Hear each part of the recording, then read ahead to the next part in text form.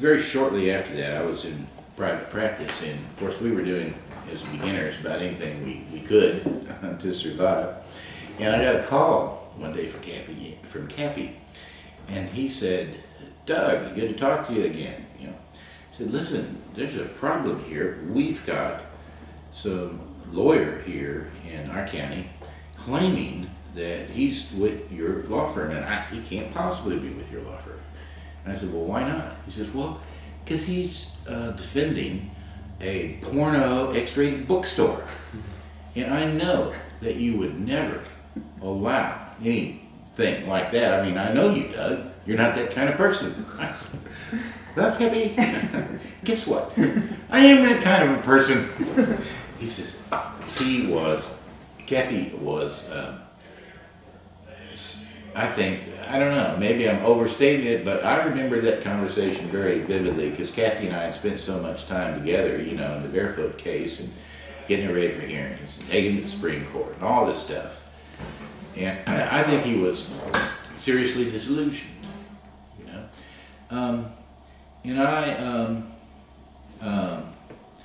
I've always personally been against the death penalty. Always opposed to it. If I were a legislator, I would vote to repeal it in Texas. Just never in for various reasons, you know, I guess the normal ones. Doubts about innocence for one thing. And I think, also I just think that it's barbaric and shouldn't be felt to comport with the norms of a civilized society.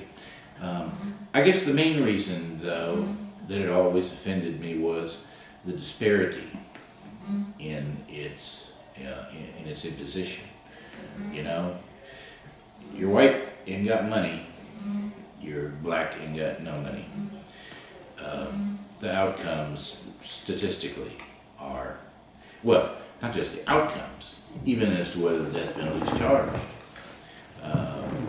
And, you know, and then it gets even, it's still a racial problem, but it's a more complicated or subtle racial problem because you look at who gets charged and you see that if you kill a white person, regardless of your race, you're a lot more apt to get charged with the death penalty by the prosecutors who have that discretion than if you kill a black person, regardless of your race.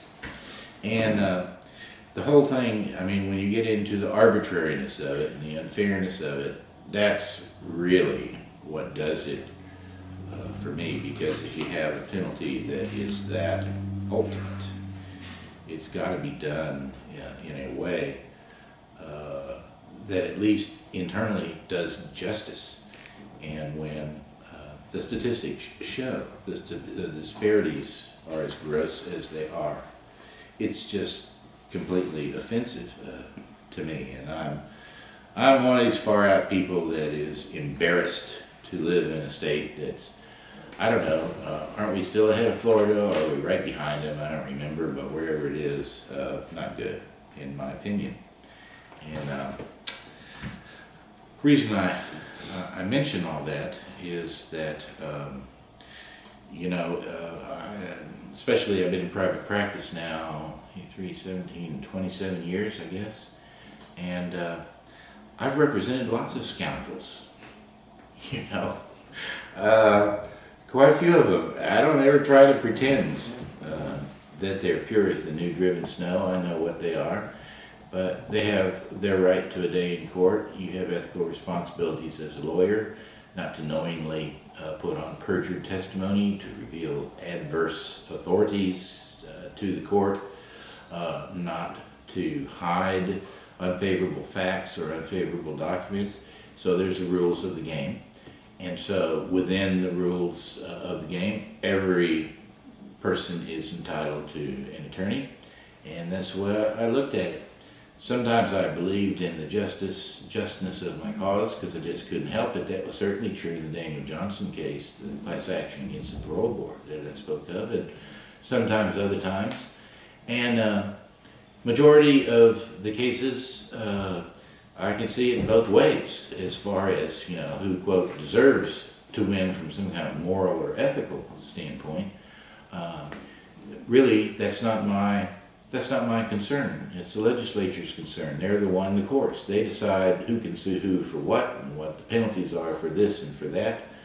And my job is to present the best case I can for my client within the bounds of the law, within the ethical restrictions that I take very seriously, and do everything to work within. And it doesn't bother my conscience in the slightest to represent, not a good guy. A lot of people are different. Cappy Eads was different. And Walter Long, who's a good friend of mine, known Walter for a million years. I don't think Walter is accepting an appointment as special prosecutor in a death penalty case. He ain't gonna do it. Not gonna happen. I would do it. I'm not qualified to do it anymore, if I ever was. But I would do it. And my rationalization has always been, look, this person is going to have an attorney. It's better for the system and better for justice if he has an ethical attorney who's going to play by the rules. Because if a scoundrel gets a scoundrel for an attorney, that's not good. So, better me than someone else. Like I said, I called that a rationalization because I'm not sure if it is or not. But that's how I look at it. I guess a lot of that came to a head, though, kind of, with Charlie Brooks, who, of course, was the first person who was executed after the new death penalty law came into effect in 1974. And once again, I was not the attorney in charge of the case. I was, I guess, assistant chief at that time. I don't think I was acting chief yet of the division. And the lawyer was a really fine attorney, brilliant woman named Leslie Benitez, who now is at Clark Thomas, I believe. And she was working that case, and I can't remember what the issues were in the case, but I remember it got down to what it always does, maybe less so now, I'm not really up with it, but back in those days and for years, the 24 hours before the execution was a flurry of activity, and there were briefs here and Fifth Circuit and briefs there, and court of criminal appeals, and of course the inmates' lawyers are doing everything they can just to get a stay or an issue or a foot in the door to get it put off. And there's telephone hearings with appellate courts and all kinds of stuff that you hardly ever see any other time, and that's the way it was that night. And I was at the Attorney General's office.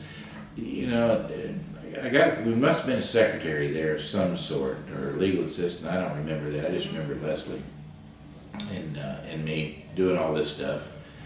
And the word finally comes down, the last appeal has been denied, and a few minutes later, Brooks had been executed.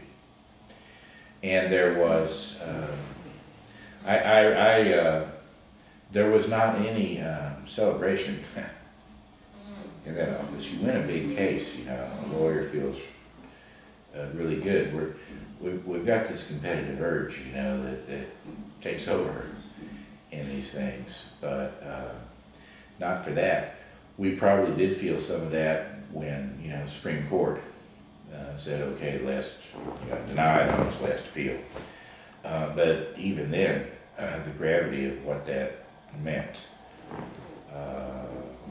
would have certainly tempered how we otherwise would have felt. And then when it came to be, we found out that he was executed, which meant now it's time to go home. And that was that put this stuff to the test about, well, I'm just representing my client and have confidence in the courts, they're going to reach the right result. He's got good lawyers, they're going to put the best arguments forward, and the law is going to be followed. But that was a very mixed feelings, and I think Leslie had them too. And once again, I sort of don't understand anyone who wouldn't have mixed feelings at that time about the execution of a human being. And that was my memories of that night are pretty strong still. And I did consider at that point, well, you're against the death penalty here, personally. I'm strongly against it. And here you are working to impose it.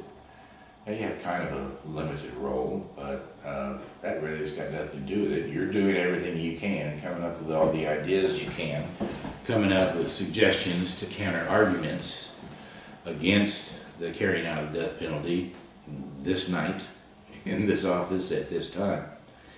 And it kind of like the foundation that you build for yourself, so that when you run around on the floor doing what you do is going to kind of hold you all up, was shaken on that occasion. But